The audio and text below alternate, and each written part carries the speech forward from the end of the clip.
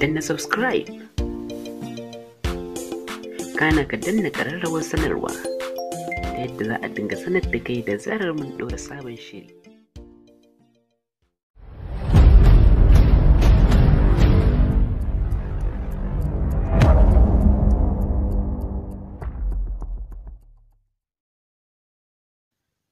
Bismillahirrahmanirrahim, da sunan Allah mai rahama mai jin ƙai.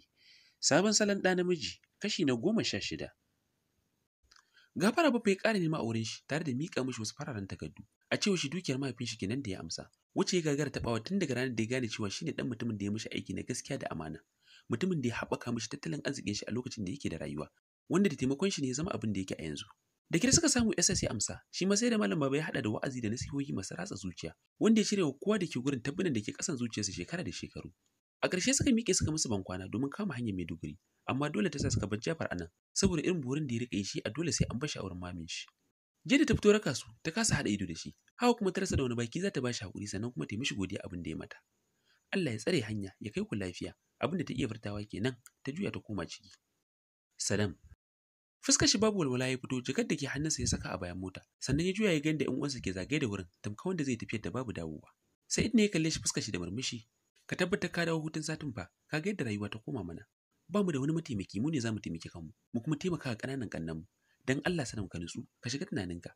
Idan so samu ne ka nemi transfer ka dawo kusa da gida. Ka kuma samu mata ka yi aure, kai dai kaga ba yaro bane ba. Kallon shi kawai yake, domin ko bai san komai game da halayyar shi ba. Bai san wane ne ainihin mutumin da yake tsaye a gaban shi yanzu ba.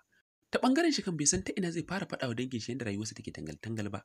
Hasali ma shi kanshi bai taɓa gane hakan ba sai a wannan lokacin. Insha Allah zan yi bakin ƙoƙarina. Masha Allah, ka kiyaye sallolinka akan lokaci. Ka kula da addininka sosai fiye da komai da zaka sa a gaba. Kana da ganin yadda rayuwarka ta kasance, ka kuma ji tsoron Allah a duk inda kake. Ka kiyaye haƙƙin wani akan ka. Domin kuwa Allah yana yafe ma bayansa kowane irin laifuka da za su yi, amma baya yafe zaluncin da wani ya ma wani. Allah ya bada sa'a, ya tsare ka daga kowane irin sharri. Gabansa ne mummunan faduwa, kalaman yayin nasa sun taɓa raunatacciyar zuciyarsa, wacce mutuwar mahaifinsa ta gama ruguza duk wani shiri da yake cikinta. Sai ya riƙa ganin tamkar ya san halin da yake ciki, shi yasa yake mishi irin wannan nasihohin. Murmushi yayi wanda iyakacin fatan labbansa, yayi musabaha da kowa sannan ya juya da zuma shigewa mota. Kiran da ya shigo wayarsa ne ya dakatar da shi, ya fitar da wayar daga aljihunsa ya duba. Manajan bankinsa ne, hakan yasa ya daga da sauri ya dora a kunnensa. Alhamdulillah, mun gode Allah. Yau zan tafi insha Allah dan har na fito ma. Oke to sai na ƙara so din. Maganganun da yake nan ya kashe wayar ya mayar aljihu, ya shiga mota tare da daga masa hannu ya fita daga harabar gidan. Ya rasa dalilin da ke hana shi samun sukuni a cikin zuciyarsa. Duk da ya san mutuwar mahaifin shi ta taba shi, amma yana jin jikinsa akwai wani gagarumin abin da ke addaba zuciya da gangar jikinsa, wanda ya gagara gane ko menene shi. Haka da ya rika rafsa gudu a titin, sallah kawai take tsayar da shi. Bai isa Maiduguri ba sai misalin 8 saura na dare.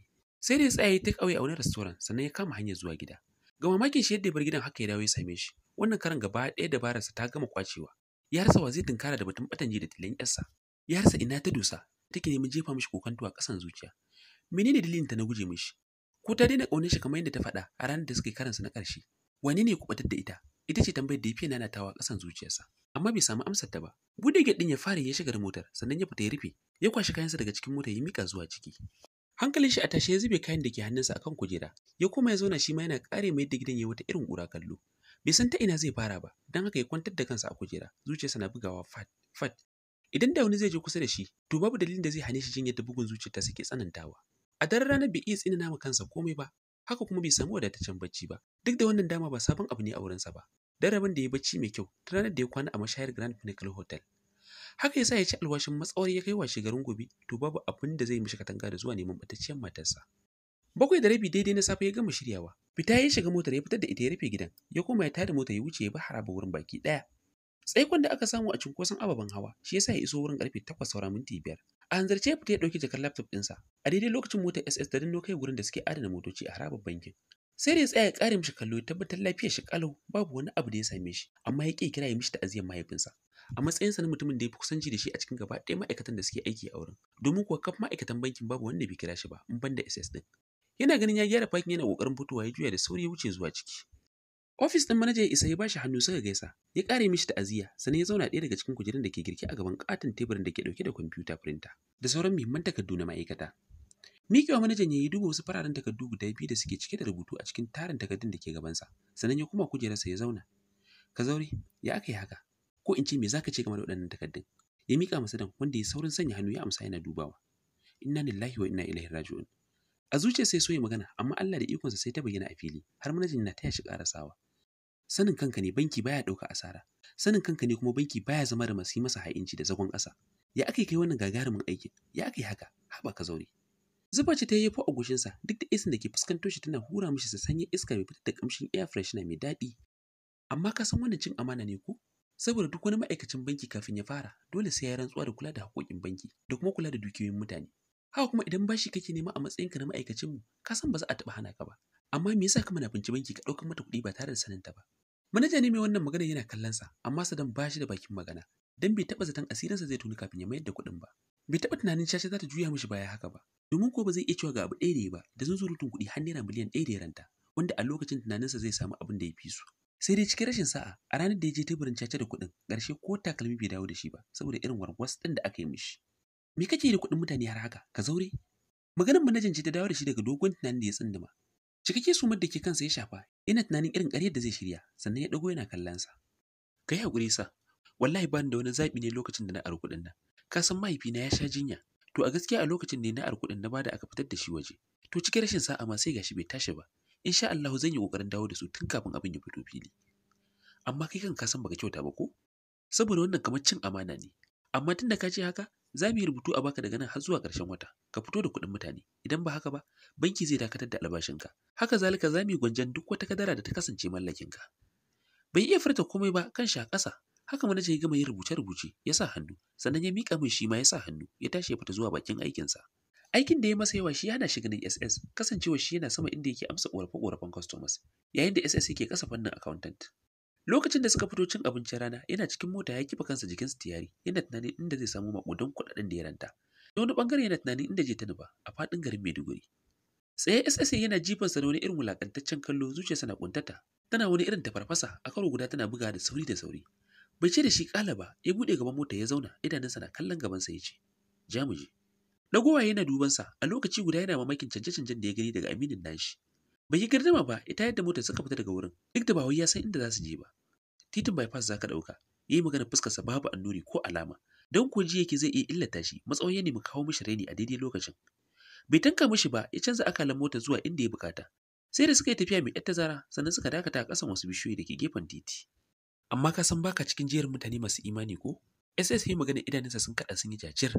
Ya juya yana kallon yadda iska ke kaɗa bishiyoyin wurin cikin kwanciyar hankali tare da busa musu sassanyen iska mai daɗi. Ban fahimce ka ba, wani irin magana kake yi haka? Ba za ka fahimce ni ba dama, tunda ka kasance mutum mara tausayi, mara imani wanda bai san darajar mace ba. Ina tantama idan akwai zuciya girjinka ka zaure.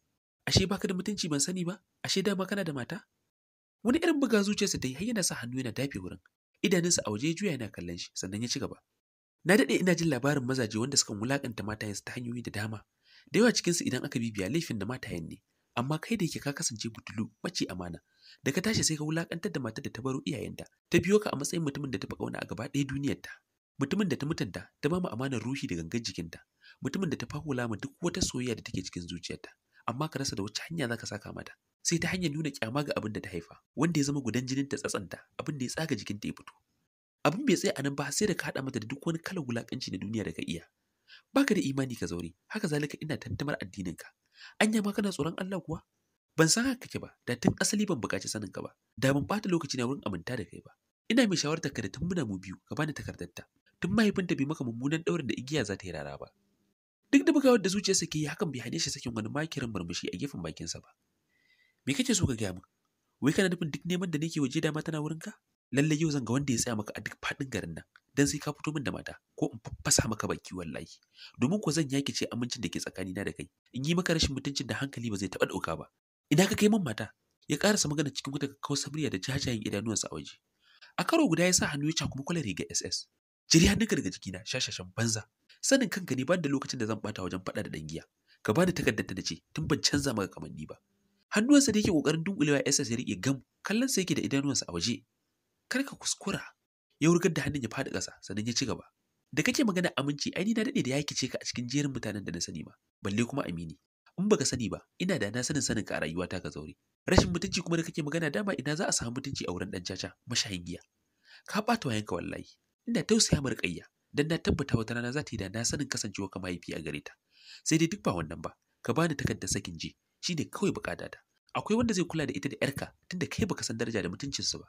Duk da kasancewar shi ɗan caca haka zalika ɗan giya, amma a duk lokacin da wani ya yi mishi wannan gori, to fa sai ya yi rashin mutunci ma kowane ne kuwa. Manya-manyan idanunsa da suka daɗe da canza kala zuwa ja ya kankance, kyawawan jajayen labbansa ya cije a karo guda wata ‘yar ƙwalla ta yayyafo a gefen idanunsa na dama. Bai yi wata ba ya dunkule hannunsa ya kai ma bakin SS naushi. Be careful, ya faɗa yana wani irin huci tamkar mayunwacin zakin da ya ci karo da nama. Haka kuma jijiyoyin jikinsa sun tashi sun fito ruɗu-ruɗu ana ganin su. Ka san abin da bakinka zai faɗa a kaina, don wallahi da a ce ba kai bane babu abin da zai hana ni shaƙe wuyan ko ma wane ne in aika shi lahira. In ya so ni ma sai dai a kashe ni.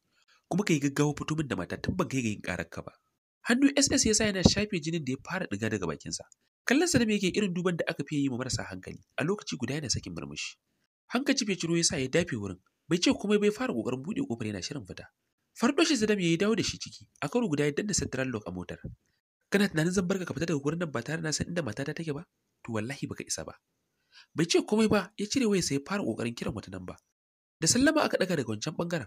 Bayan yar gajeruwar gaisuwa ya buƙaci mai wayar da ya hada shi da Jamila. Sai da ya tabbatar da an bata wayar, sannan ya danna handsfree suka fara magana da ita. Wani wawan ihu sana mai suke tare da wartar wayar. Baki isa ki banda ba Jamila, kin yi gangancin barin gidana. Amma ki yadda da ni sai na nemo ki, wallahi sai na nemo ki duk inda kike. Ya wurga wa SS wayar ya kuma cakuma rigarsa. Ina kai min mata? Yayi magana da wata irin muryar zaki, sai dai koge zo SS din bai ba. Haka ya sa hannu ya cire hannayensa da ke jikin wuyar rigarsa. Ganin bashi da niyyar magana ya sa Sadam ya tada motar askwane ya dauki hanyar gidan SS. Murmushin da kai ce da ya fi kuka ciwo SS yake yi. Ta wani fannin kuma yana jin kamar ya shaƙe wuyan ka zaure ya mutu kowa ma ya huta. A hukace iso kofar gidan ya fara danna hontam kar zai banka gate din ya shiga. Da gudu mai gadin ya zo ya bude kofar kafin ya tura motar ciki. Yayi wani wawan parking ya fito. Ko rufe motar bai shige ciki. Sai dai ga mamakin shi kofar falon arfa take gam da mukulli. Dawowa ya same shi zaune a mota yana danna wayarsa tamkar bai san abin da Sadam din yake nufi ba. Shiga ka fito min da matata. Kai kake bata ma kanka lokaci ka zaure. Sanin kanka ne a yanda ka ji muryar Jamila. Ka san tana cikin kwanciyar hankalin da ta sa ta manta da kai da irin bala'in da ka saka ta. Wallahi ka ji rantsuwar musulmi kenan? Ko kai shawarar rubuta mata takardar sakinta ko kuma yanzu nan in saka ka cikin gidan nan rufe. Har sai na shaida ma mahaifinta ya zo da bataliyar 'yan sandan da za su kama ka. Haka kuma idan kana tunanin akwai wata soyayya da ta yi saura a zuciyar matar da ka musgunawa, to kana yaudarar kanka. Ta daɗe da shafe babinka a littafin rayuwarta. Marar zuciya kawai. Naka wasa ne SS. Ji ta wace. Kai ɗin nan baka isa ka raba soyayyar da muka gina sama da shekaru 6 ba. Baka isa ka raba ni da ita ba. Idan ka fasa kiran mahaifinta baka haifa a cikin naka iyayen ba.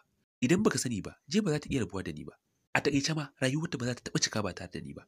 Ka sa ido kai kallo, zan nemo ta, zan dawo da ita gare ni. Sannan kuma zan gwada muku gaba ɗaya kuskuren da kuka yi na neman raba ni da ita. Fitan min daga mota dalla malam. Kallon shi kawai SS yake, zuciyarsa tana ayyana anya Sadam ko bai samu taɓuwar hankali ba. Baka isa baka zaure, domin ko ba ni nace ka kawo ni nan ba, kai niyya ka zo.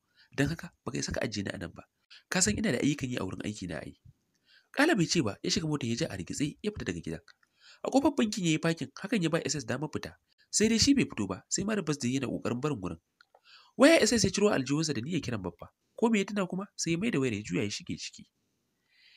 Gidan Sadam ya wuce ya rufe ko ina ya shige kuryar daki ya zauna yana wani irin numfashi. Bai ankara ba ya ji hawaye na sulaluwa daga saman fuskarsa, wanda ya rasa gane ko na menene. Na tafiyar je ne ko na halin da yake ciki ne, bai sani ba. Hakan ya sa ya fasa wani gagarumin ihu da hatta ɗakin da yake ciki sai da ya amsa. Kuka ya dinga yi wiwi, irin kukan da ko san da mahaifinsa ya rasa bai yi irinsa ba. Ya ɗauki akalla mintuna 30 yana abu ɗaya, ƙarshe wata dabara ta faɗo mishi, inda yanke shawarar kiran yayin shi Sa'id ya faɗa mishi bashin da banki ke bin shi. In ya so ko a kuɗin gadon shi ne a cire a bashi ya biya. Har ya fara kiran nambarsa sai kuma wata zuciya ta gargaɗe shi kan yin hakan tamkar ya tona asirin halin da yake ciki ne. Take ya kashe waya ya wurgar da ita. Zuciyarsa na ba shi shawarar cewa caca ce kawai za ta kawo masa kuɗaɗen da yake buƙata. Da wannan shawara ya aminta, a haka kuma bacci ya yi awon gaba da shi. Tun daga wancan ranar Sadam bai ƙara komawa banki ba, baya zuwa ko ina, kullum yana gida ƙunƙuma a ƙuryar ɗakinsa.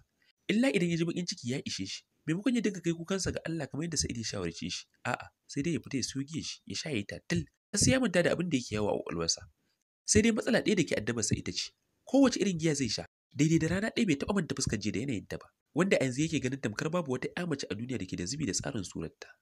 Fitowa ya shige motarsa zuwa hotel, ba don komai ba, sai don saboda irin sa'ad da yake ji a tattare da shi. Haka kuma ya gaji da zaman cikin gidan, dole yana buƙatar shakar iska. A harabar hotel ɗin ya yi fakin ya fito, ya rufe motar kafin ya zarce zuwa ciki. Gefe ɗaya ya samu ya zauna, bayan an kawo masa kwalbar barasa yana korawa hankalin shi tashi, domin ko ya daɗe da yin bankwana da kwanciyar hankali. A sanda yake duba mutanen da ke zaune a saman faffaɗan teburin da ake buga caca. Cak idan sai tsaya akan wani farin inyamurin mutum mai cikakkiyar halitta da katon dimbi. Jikinsa sanye da wani kakkauran leshi ɗinkin fadi. kansa sanye da hula irin wacce suke lankwasawa din nan. Ganin yadda kuɗi suka zauna wa mutumin ya sa zuciyar Kazaura ta gama raya masa cewa ya samu wurin da zai tatsi kuɗin da zai biya banki bashin su. Miƙewa da kwalbar a hannunsa ya isa wurin manajan da ke kula da wurin. Bai yi wata ba ya ɗora makullin motar shi, kasancewa ita ce kaɗai abu mafi tsada da ya mishi saura. Ya juya ya koma kan teburin ya zauna, yayin da aka biyo shi da katin buga cacar. Sai da suka gama wacce ya samu suna yi, sannan ya ɗora nashi, suka fara gwabzawa da inyamurin nan. Cikakke awa ɗaya ba su yi da farawa ba, Sadan ya samu nasarar ciwo zunzurutun kuɗi naira 700,000 a wurin inyamurin, tare da dawowar motarsa da ya ɗaura a kai. Ihu jama'a wurin ke yi, abin mamaki har da inyamurin da aka cinye. A karo guda ya sa hannu yadda ke kafaɗar Sadan. Da kyau 'yan samari, inyamurin ya faɗa faɗa fuskarsa ɗauke da murmushi mai sauti. A karo guda ya kama hannun Saddam tare da taimaka masa ya kwashi kuɗinsa suka fito a tare hannuwansu cikin na juna. Abin da ya rika ba al'umma wurin mamaki har ma da Kazauri. Gaban motar Saddam suka isa, ya buɗe ɗayan gefen ya zuba kuɗinsa, sannan ya dawo inda mutumin yake, ya ba shi hannu suka gaisa. Na daɗe ina neman hanziƙin mutum ɗan caca irinka, sai dai ban samu ba. Murmushi kawai Saddam ya yi, hakan ya ba mutumin damar ci gaba.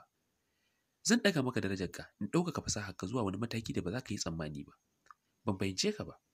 Zan yi signing ɗinka da wata ƙungiyarmu da mukan tura matasa irin ka zuwa Las Vegas domin gwanin cewa akan wannan sana'ar. Saboda gaskiya jarumtarka ta fi ƙarfin ka zubar da basirarka a wannan ɗan ƙaramin hotel ɗin. Wanda na tabbata duk in ka samu kuɗi da yawa a nan ba sa wuce miliyan guda. Mamaki ne sosai shimfiɗa a saman fuskar Kazauri. Abu na farko da ya fara zuwa zuciyarsa shine tunanin yadda zai tafi wata ƙasa ba tare da je ta dawo gare shi ba. Sai dai wata shawara da ta faɗo mishi ta sa ya saki murmushi ya ɗago yana kallon mutumin. Ya za in yadda da maganarka? Dariya yi. Ya ciro katinsa mai ɗauke da adireshinsa na New Mexico ya miƙa wa Saddam. Ya ansa yana dubawa, sosai ya gamsu da bayaninsa 100%. Yi min cikakken bayani da yadda zan fahimta mana. Kada ka samu damuwa. Idan baka da wani uzuri, mu shiga daga cikin mana sai mu magana a sirri. Ka san komai yana buƙatar sirri. Kamar bai yadda da mutumin ba, sai dai kuma ya tuna cewa yana da buƙatar kuɗi, sai ya juya suka miƙa zuwa ciki. Bayanai mutumin ya fara mishi ɗaya bayan ɗaya, wasu yana ganewa wasu kam sai a hankali. A ƙarshe inyamurin ya miƙe ya shiga toilet kamar mai shirin yin wani abu sannan ya fito. Kasancewa barasar da ke jikin Saddam ta fara ɗiban shi, sai dai bai kula da yanayin da mutumin ya fito ba. Gadan-gadan ya yi kansa ya fesa masa wata farar hoda da ke hannunsa. Bai yi cikakken minti 2 ba ya faɗa a wurin tamkar mara numfashi. Da sauri ya tura shi cikin banɗakin ya nemi aljihunsa ya lalubo 'yan mukullayen motarsa. Cikin wani irin sauri ya juya ya fita. Wurin motar ta Saddam ya isa, ya buɗe kuɗaɗen da ya zuba suna nan a ajiye a gefe. Haka zalika katin shaidar da ake ba mutum kafin ya shiga ciki, shi ma yana nan a tsakanin kujerar direba da ta mai zaman banza. Haka ya shiga ya tada motar, ya isa ya ba su abinsu, ya miƙa titi ya bar wurin baki ɗaya. A galabaice ya fara buɗe idonsa, a hankali ya sauke akan mutane biyun da ke tsaye a gabansa. Miƙewa yana mai cigaba da kallon su ɗaya bayan ɗaya, ba tare da ya fahimci halin da yake ciki ba. Lafiya kake kuwa? Kallon mai maganar Saddam yake, yana son tuna abin da ya faru, amma ya kasa. Bai ce kuma bai miƙe ya zura takalmansa da ke yashi a gefe, ya fito harabar hotel ɗin. A gaban reception ya tsaya yana kalle-kalle, sai dai cajin da ke cikin kanshi bai fashi ya tuno kuma ba dangane da abin da ya wakana. Idan ko har zai tuna wani abu, to ba komai bane illa lokacin da ya shigo wurin, ya zarce zuwa mashayar da ke cikin hotel din. Bai takura kansa ba wajen son tuna abubuwan da suka faru daga wancan lokacin. Illa miƙewa da ya da zuma zuwa inda ya ajiye motar shi. Sai dai kafa wurin babu motar da ke da karancin kuɗin tashi. Manya-manyan jifa-jifai ne da ƙayatattun motoci, dangin su BMW, Mercedes da makamantan irinsu. Hakan ya sa idanun Saddam suka fara rena fata. A karo guda ya tura hannunsa aljihu da niyyar fito da makullin mota ya latsa security, ko Allah zai sa a dace. Sai dai makullin ya ce ne mini inda ka ajiye ni. Da gudu ya koma cikin reception din, ya yi sa ganin mutumin da ya taimaka masa, ya isa gaban shi da sauri. Na manta ki din mota ta a ciki please. Ba mu ga ki ba gaskiya. Dan ban fito daga wurin ba sai da na tabbata an share ko ina an gyara shi. A da Allah, kada ka ce min haka mana. Da gaske nake malam, sai dai ko a wani wurin ka jefar da shi. Faduwar gabansa ce ta tsananta lokacin da ya tuno da inyamurin da suka haɗu. Sannan a hankali abubuwan da suka faru a daren jiya suka dawo cikin kwakwalwarsa. Hakan ya sa shi zubewa a wurin tare da tallaɓa kanshi da hannunsa duka biyu. Ya kashe ni. Yayi magana a bayyane. Ganin abin nashi ba na wasan yaro bane. Ya sa manajan gurin ya kira securities din gurin suka fitar da shi har wajen hotel din sannan suka koma ciki. Zuciyarsa gaba ɗaya babu daɗi, ya rasa menene abin da ke shirin afkuwa a rayuwarsa. Tashin hankali da rashin nutsuwar da yake ciki gaba ɗaya sun wanzu a saman fuskar shi. Da kire iya daga kafarsa ya fara takawa. Sai da ya tafiya mai ƴar tazara sannan ya samu taksi ta ƙarasa da shi gida. Hankalinsa bai gama tashi ba sai da ya zo gidan ya same shi rufe, kasancewa mukullin gidan na haɗe da na motar shi. Alhamdulillah, a nan za mu kwana sai kuma jibi da yadda Allah inda zan kamo kashi na 17. Kada ku gajiya, ku ci gaba da like da comment kamar yadda kuka saba. Haka zalika, ku ci gaba da sharing a gurgurun ku na WhatsApp da Facebook. Na gode da kasancewa ku a tashar tsakar gida.